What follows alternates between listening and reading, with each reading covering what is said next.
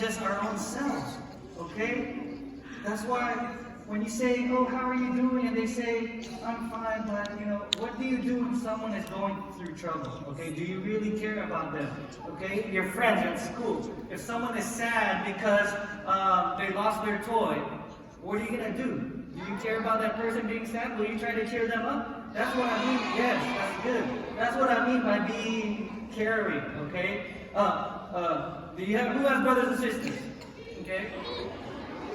When they want to borrow your toy or your cell phone, are you letting them? What if they're crying and begging, please let me have it? But you say, no, this is mine. Is that being caring? See, you gotta be caring, okay? Alright? That's why, don't think about yourself only. If you want to have a good game, you gotta care for others. Care for your siblings. Care for your classmates, okay? What's letter C? Caring. Okay, next is letter H. Be humble. You know what humble means? It means you're not being a show-off. It means you're not thinking about just me, I'm so good, look at my shoes, look at my new backpack, look at my new lunchbox, it's better than yours. That's being too proud. You need to be the opposite. You need to be someone who doesn't think about that, who doesn't think about themselves. Okay? So that's what we mean by being humble. Okay, let's see what the Bible says. Okay, when pride comes, then comes disgrace, but with humility is wisdom, okay? Jesus died on the cross when he didn't have to die, okay? He was humble, all right? He was humble. He could have saved himself. He didn't have to die, but he was humble, okay? So we want to follow Christ in being humble. It says, humble yourselves before the Lord, and he will lift you up. Don't brag about yourself. Let others brag about you, all right? How many don't like it when the person you're with, all they do is talk about themselves? Do you guys like that? Okay.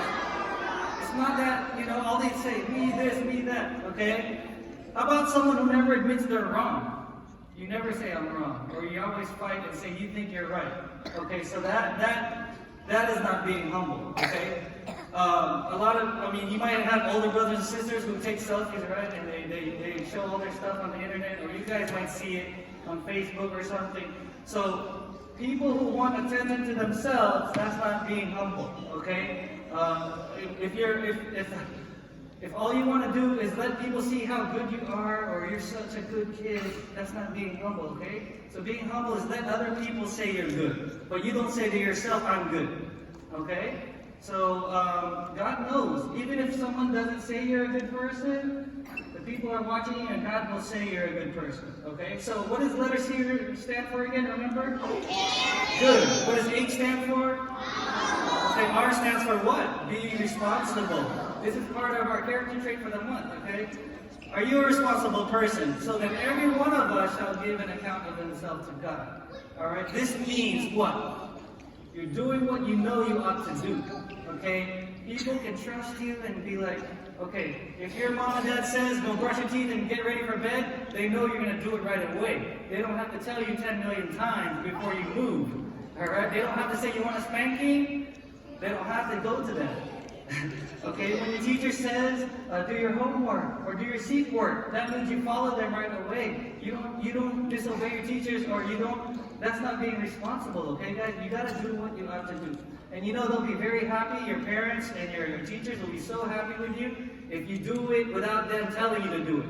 You do it in advance. So when they see you're a responsible person, you're doing what you got to do, okay? And when you have a test, you know how to study for your test. Okay, you don't have to wait till the last minute and then you fail because you failed to study. All right, you got to study and be responsible. That's what it means. Okay, so what does C stand for? Good. What does H stand for? What does R stand for? Let's go to I. Let's go to I. I means be inspiring. Ooh, what does that mean? Ooh, let's see.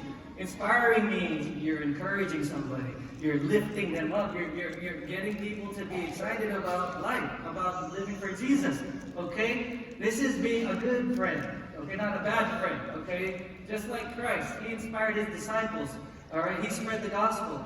Okay? When people are near, when you're around people, do they want to run away from you or do they want to stay near you? They want to stay near you because they like what they see in you. They want to copy you because they see there's something good in you. That's what it means to inspire people. The Bible says, don't let anyone look down on you because you are young, but set an example for believers in speech, conduct, and love.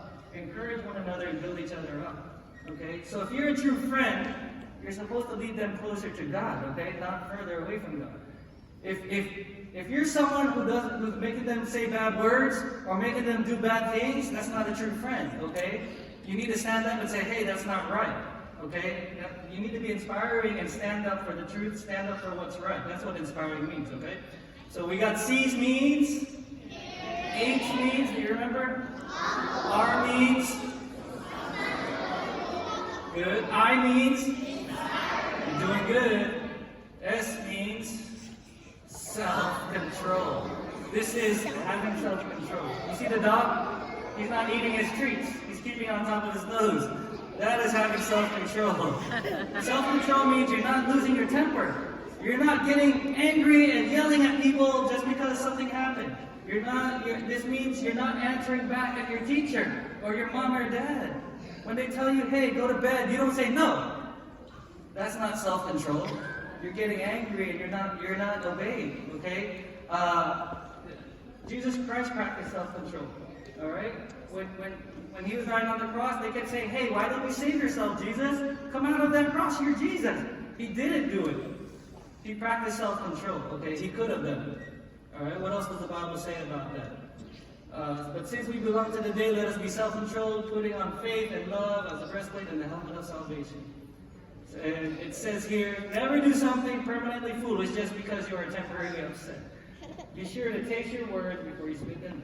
This has something to do when you say something, it was bad, and your mom or dad got hurt. You hurt your mom and dad, or your friend, they started crying because you told them something. You know why? Because you didn't think about it first and say, is this what Christ wants me to do?